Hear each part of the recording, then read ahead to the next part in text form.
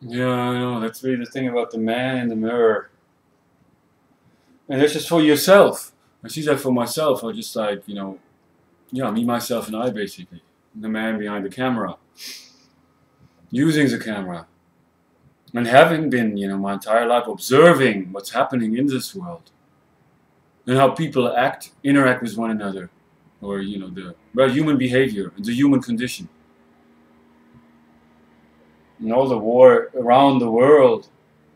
To understand why. Why is that? What's really going on here? And then you have the turning on to God. I mean, that's a concept, really. Not really an entity, something that exists outside of us. It's something that it's in the experience, as is love. But it's through the experience of love we are acting loving.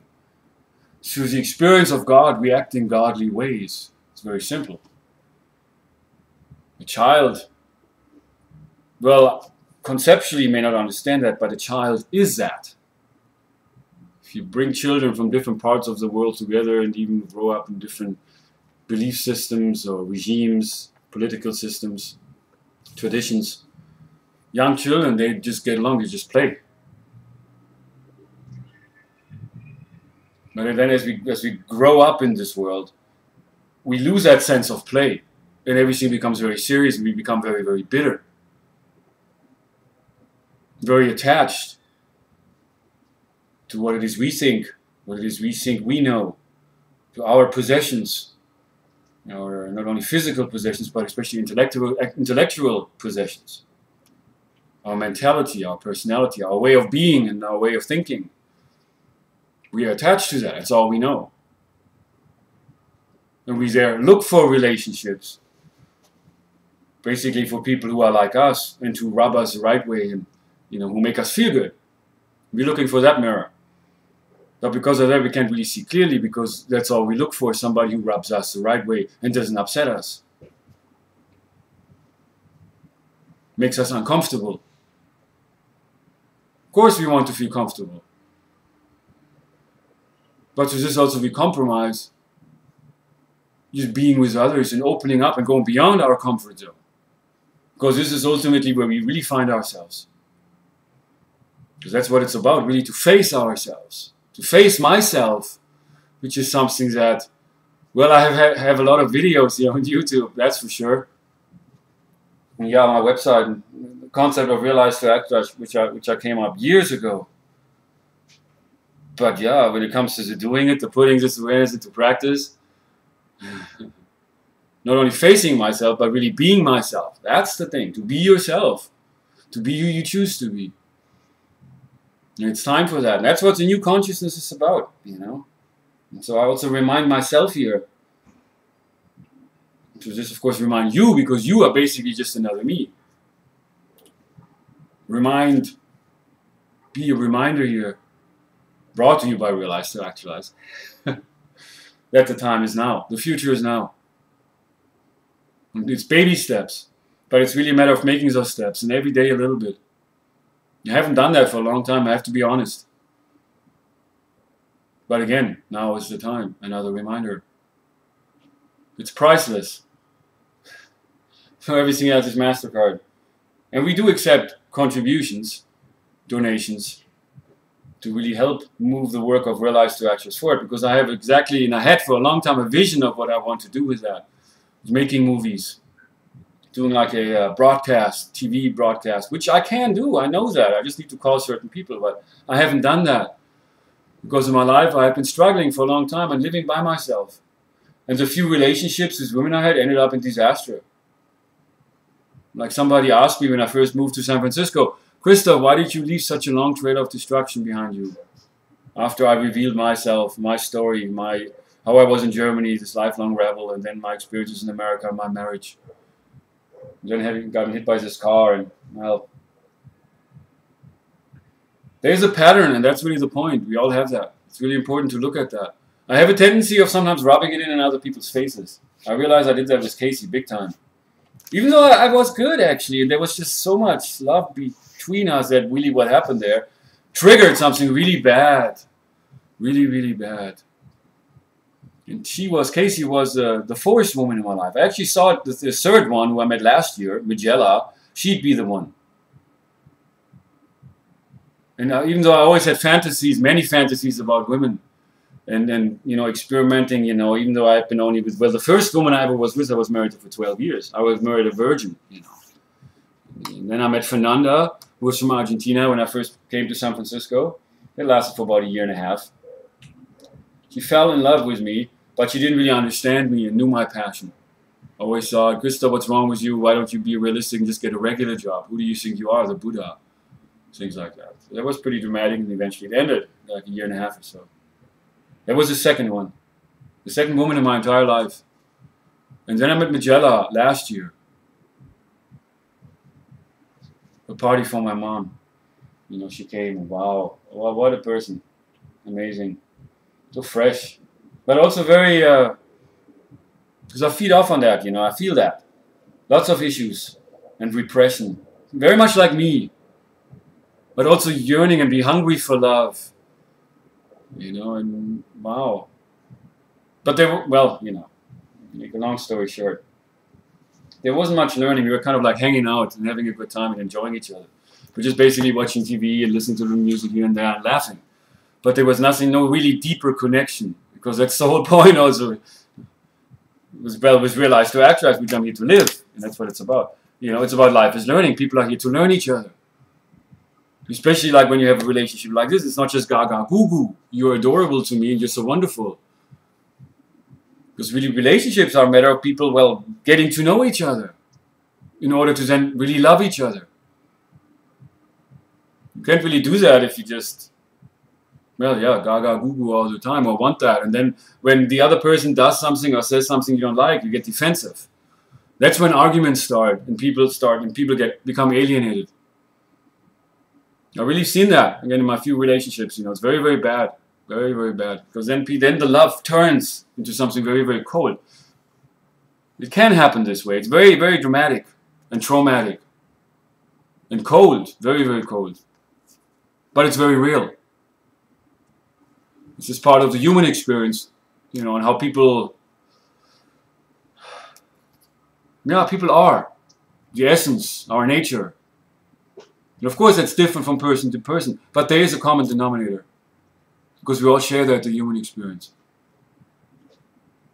And it's really, the point here is to uncover that.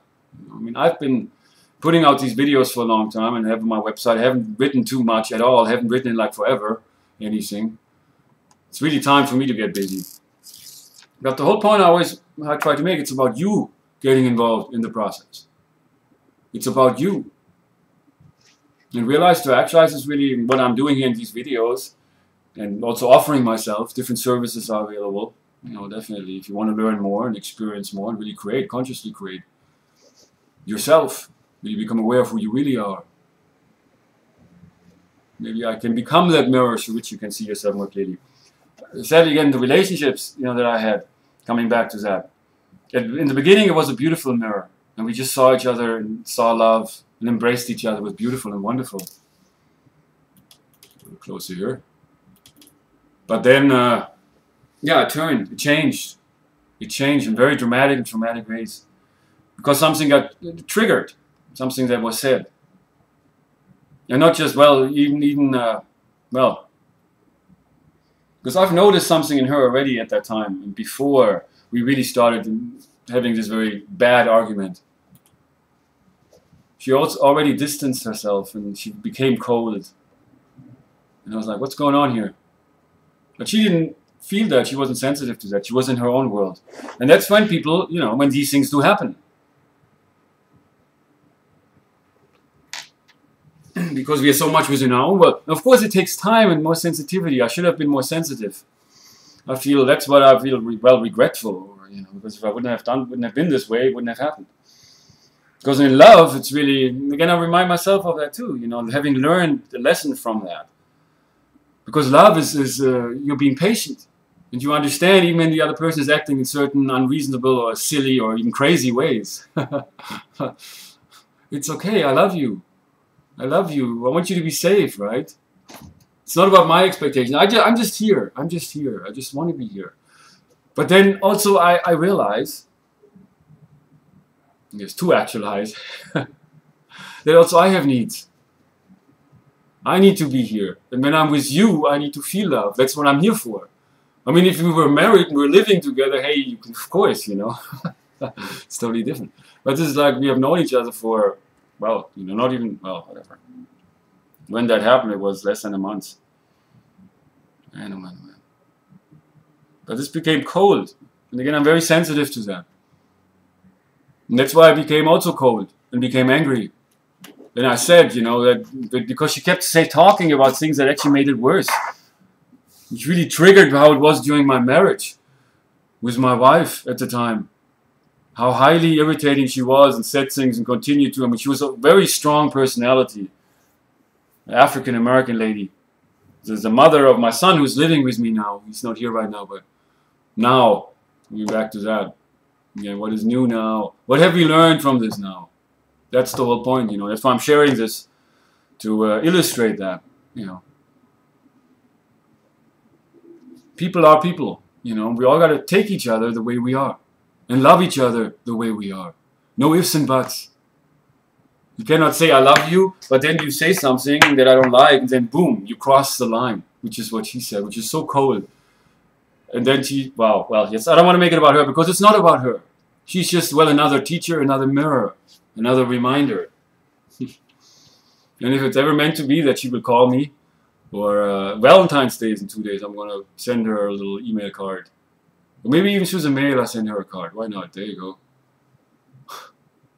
And let the chips fall where they may. It's not about the, what, you know, to be attached to the outcome. Because this, everything that happens is meant to be. So this was meant to be. However beautiful it was, because there was always something between us that we didn't quite work out and we didn't address. You know. Just enjoying each other. Just loving each other. And she said, even my mom said, you know, you cannot live on love alone. But see, love is, well, the essence. Love is the glue. Out of love, you work it out. And you really do whatever you need to do in this world. Because through love, you learn about yourself. Love heals. Love is God. Love is life. And so, I used to have that screen name on AOL after I studied Erich Fromm. He wrote a book, The Art of Loving. And I developed a screen name, Love's an Attitude.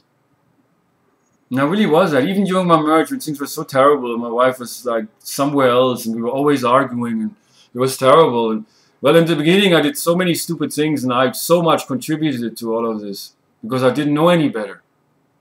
I was 24 when I moved from Germany to America. And there I was in Kansas, my mid-20s, married to a woman I could not deal with, and then 3 children. And there was nobody. When problems started, the whole family turned their back, and it was just so difficult. I said, so difficult. But so important. I had to go through that. Which is like, you know, how Realize to Actualize was born. And that's what that concept is. But it's a philosophy. A way of thinking, actually, becoming aware of your own thoughts. But then it's really about the practice, the practice, the practice. And we can help each other. We need to help each other. And it's through love. And I want to say on this Sunday afternoon, the 12th of February, right here, right now, at 1:36 p.m., I love you. I don't know who you are, but love is the way. You know, if Casey's watching that, of course, I love you, and I'm sorry for what happened. But this is me. This is my nature. And I can love you, understand that nature of another person. You learn about the nature of another person. Well, you know, you allow them to be. You love them for who they are, and you bring out the best in them. Because that's the thing, when the worst in you is triggered and the worst comes out, you react like that dragon comes out, there is that ring. My Casey, love you. But then when that dragon comes out and is stimulated, it spits fire and destroys everything. And the love dies, boom, just like that. It's a tragedy. That's part of the human tragedy. You know, that's many people out there can relate to that, and history is filled with accounts in relationships. There's a drama there, over which even many wars have been fought. Love and peace. Love is the way. I love you. Thank you for watching, and it would be great to hear from you. Right here. Right now. Another one of those moments. I hope you're well. Thank you. And happy Valentine's Day, whenever you're watching this. Happy now.